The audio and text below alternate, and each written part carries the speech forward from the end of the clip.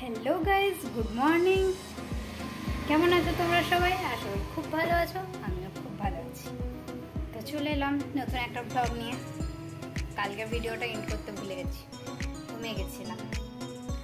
আর কালকে তো বৃষ্টি হয়েছিল রাতে, ওই যে কি যেন একটা ঝড় এসেছে, মান্থার, ওই মান্থার এসেছিল, আমাদের এখানে চলে এসেছিল। তো যাই হোক, কাল খাবার খেয়েছি, দেন আর ফোনটাই নিইনি, আর ভিডিওটাও ইন করতে ভুলে গেছি। তো যতটা করেছি অতটাই দেবো।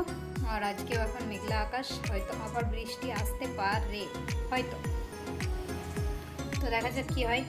কিছু জামা কাপড় ভেজা ছিল, সেগুলো মেলে এলাম, সেগুলো সকালে নিয়ে নেব।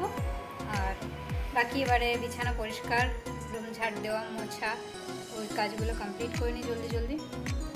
তো চলো আমি আমার কাজগুলো কমপ্লিট করি, তোমরা দেখতে থাকো। আর আমার চাটা খাওয়া দাওয়া আগেই হয়ে গেছে, এখন বেজে গেল 10:03। তো চলো পরে আসছি।